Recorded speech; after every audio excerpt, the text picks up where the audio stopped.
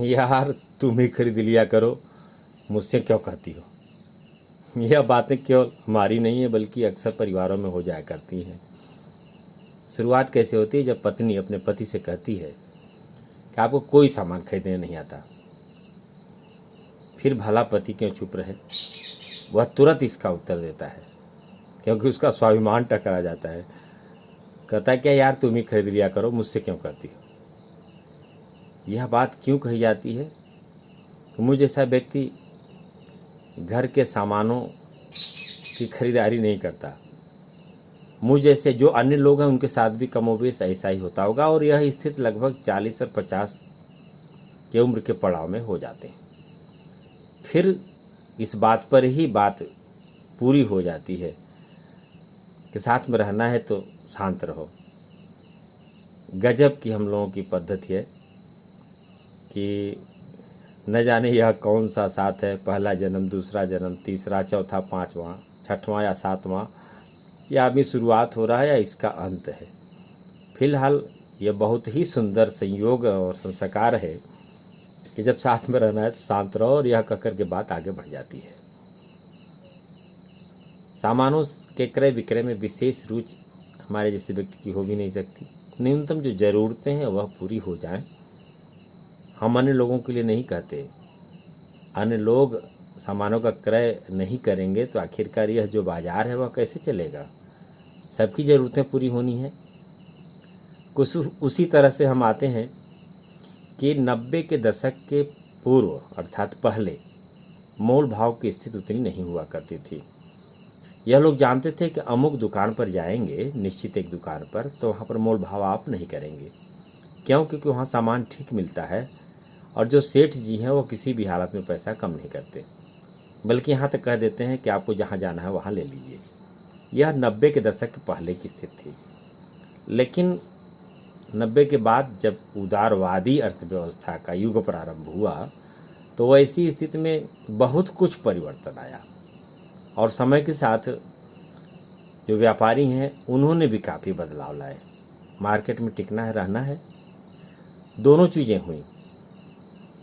गुणवत्ता युक्त चीज़ें अगर विवेक से क्रय किए जाएं तो वे सस्ते भी मिल जाया करते हैं। और दूसरी चीज़, हमारी लाइफ में तो ठीक विपरीत हुआ है। कभी हमने मोल भाव नहीं किया। आप भी ऐसा न करें मेरे जैसा, क्योंकि मोल भाव नहीं करेंगे तो हो सकता है कि आपको कोई सामान महंगा मिल जाए, फिर बाद में आप पछताएं। मेरी ज़िंदगी का ढर्रा कुछ अलग है कि सामानों से ज़्यादा मुझ जैसा व्यक्ति दुकानदार को पसंद करता है, और दुकानों पे जाने के बाद वस्तु भी उस दुकानदार के द्वारा ही निर्धारित की जाती कि यह चीज़ आपके लिए ठीक है।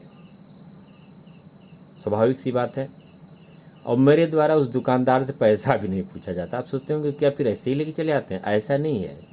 मेरे पास जो बटुआ अर्थात पर्स है, हम उस दुकानदार के सामने बढ़ा देते हैं कि आप इसमें से ले लीजिए। वह दुकानदार भी मुझे दिखा करके उसमें से धनराशि निकाल लेता है। आप सोचते हो कि ज़्यादा निकाल लेता होगा, मेरे साथ ऐसा नहीं होता। हमेशा अक्सर वह दुकानदार कम ही निकालता है। कम का मतलब यह है कि न्यूनतम, मुझे लगता है कि वह मुझसे किसी प्रकार का कोई लाभ नहीं लेता। इसका मुझे इससे भी पता चलता है कि जब हम बाज़ार में जाते हैं या अन्य कोई जब पूछता है उसी तरह की दूसरी वस्तु की कीमत, तो हम तो बताने से रहे, मुझे याद भी नहीं रहता। सच्चाई यही है कि कौन सा सामान कितने का खरीदा है, क्योंकि ज़िंदगी में किसी वस्तु की कीमत याद करके क्या करेंगे, उसकी कोई उपयोगिता तो है नहीं। ऐसा भी नहीं कि कोई आंकड़े याद कर लेंगे तो विद्यार्थियों के या किसी कंपटीशन में काम में आ जाएगा। इसलिए किसी वस्तु की कीमत मेरे मन में कभी नहीं रहती। कोई पूछता भी है तो मुझे ध्यान नहीं रहता। सच्चाई यही है। दूसरी तरफ उसी तरह जब सामान कोई दूसरा कोई व्यक्ति खरीदता है तो वह बताता है कि हमने इस सामान को इतने में ख़रीदा है। 2-4 दिन, एक हफ्ते की बात रहती है तो मुझे भी ध्यान आ जाता है कि दुकानदार ने तो मुझसे इतना ही लिया था, अर्थात जितना वो बताता है उससे काफ़ी कम। फिर वो पूछता है आप बताइए कितने का, हम नहीं बताते। क्यों? क्योंकि दुकानदार कमोबेश मुझसे इस बात को कहता है कि आप किसी और से मत बताइएगा कि आपको हमने यह सामान कितने में दिया है। ठीक है, एक घटना हम आपको बताते हैं, लगभग 94-96 की होगी। आप सोचे होंगे कि अभी सन नहीं याद है आपको? विवाह की तिथि तय हो गई थी, किसी और की नहीं, मेरी पत्नी और हमारा। तो लोगों ने कहा कि आप जूता खरीद लीजिए। तो हम रावर्ट्सगंज, जो हमारा गृह नगर है, वहाँ हम गए अपने एक मित्र की दुकान पर। तो जूता देखने लगे तो हमने कई जूतों का दाम हमने पूछा कि मित्र बताओ इसका दाम कितना है। तो उसने कहा कि आप जो भी जूता पसंद आए बताओ, उसको ले लो, दाम काहे के लिए पूछ रहे हो। तो हमने कहा कि हमारी क्षमता भी तो होनी चाहिए खरीदने की। तो उसने कहा पहले आप पसंद तो कर लो। हम कहे अच्छा ठीक है। तो पसंद क्या करना था, उसी में से कोई एक जूता था, उसने कहा कि यह ठीक रहेगा आपके लिए। हम कहा चलो ठीक है, दे दो इसको। फिर हमने पर्स बढ़ा दिया। उसने हमारे पर्स से महज 185 रुपये निकाले।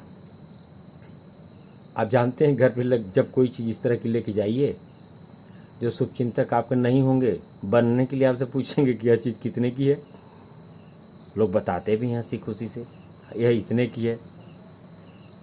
उस मित्र दुकानदार ने मुझसे कहा था कि यार किसी से बताना मत कि कितने का है। हमने पूछा क्यों? आप सोच रहे होंगे फिर यहाँ क्यों बता रहे हैं, दुकान का नाम आज हम आपको नहीं बताएंगे, ठीक है ना। तो क्योंकि मित्र से कही हुई बात की वचनबद्धता आज भी मुझे याद है।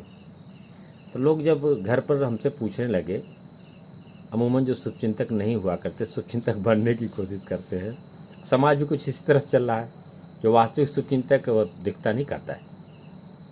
तो पूछा कितने का, हमने कहा कि मुझे तो पहले आप ये बताइए कितने का हो सकता है। 94-96 की बात है। उन लोगों ने कहा कि यार जूता कम से कम 800-900 का तो होगा ही। तो हमने कहा आप मान लो इतने का है। कह रहे नहीं आप बताइए, हम क्या करेंगे बता करके आपको। तो कभी कभी स्थिति हो जाती है कि जो चीज़ आप लिए पड़े हैं उसकी कीमत लोग कुछ और लगाते हैं, और पता लगा कि आप उसकी जब कीमत बता देंगे तो उनके मन में कुछ ऐसा भाव आ जाता है कि यह चीज़ तो इतने में ही इनके पास थी। अद्भुत सा हो जाता है। कमोबेश बहुत सी ऐसी घटनाएं जो कभी कभार हम आपसे शेयर करते रहेंगे, उन विषयों पर भी जो हमारी निजी ज़िंदगी से जुड़ी हुई हैं। आप इसका प्रयोग नहीं करेंगे, किसी दुकानदार के सामने अपना पर्स नहीं बढ़ा देंगे, हम आपसे नहीं कहते इस बात को, न तो दुकानदार आपके पर्स से सीधे पैसा निकालेगा। इसलिए इसके साथ कुछ और भी चीज़ें हम बता दूं कि व्यवसाय के क्षेत्र में 90 के दशक के बाद से अत्यंत उदारीकरण आया। सभी चीज़ों में जितना प्रिंट लिखा रहता है उससे काफ़ी कम दामों में लोगों को उपलब्ध हो जाया करती। पहले था मोल भाव मत करिए, सामान लेना है लीजिए, नहीं तो जाइए दूसरे दुकान से ले लीजिएगा। अब क्या है कि किसी भी वस्तु की कीमत कितनी है, कितना मोल भाव करा लेते हैं, वो आपके ऊपर निर्भर करता है। और जो दुकानदार है वह भी सोचता है कि थोड़ा बहुत भी मिल जाए तो इसको हम बेच देते हैं, फिर नया माल ले आएंगे। इस तरह का व्यवसायीकरण प्रारंभ हो गया है। ऐसी स्थिति में हम विशेषकर ओबरा के लोगों से बात कर रहे हैं। अन्य चीज़ें तो सभी जगहों के लिए कमोबेश एक जैसी हैं,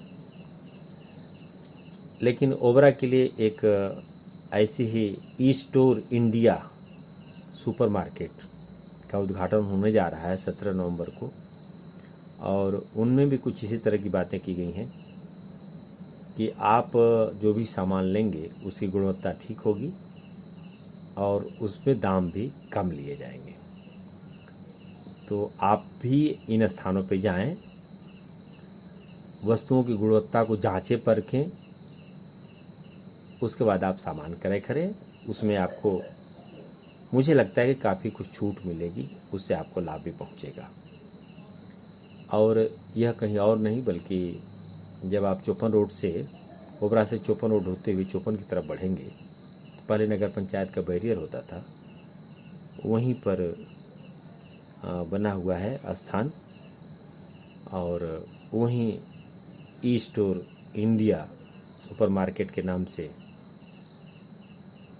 कल उद्घाटन होने जा रहा है। आप भी हो सके तो पहुँचें और जांच परख करके सामान लें, और गुणवत्ता युक्त सामान अगर सस्ती मिल जाती है तो भला इसमें बुराई ही क्या है।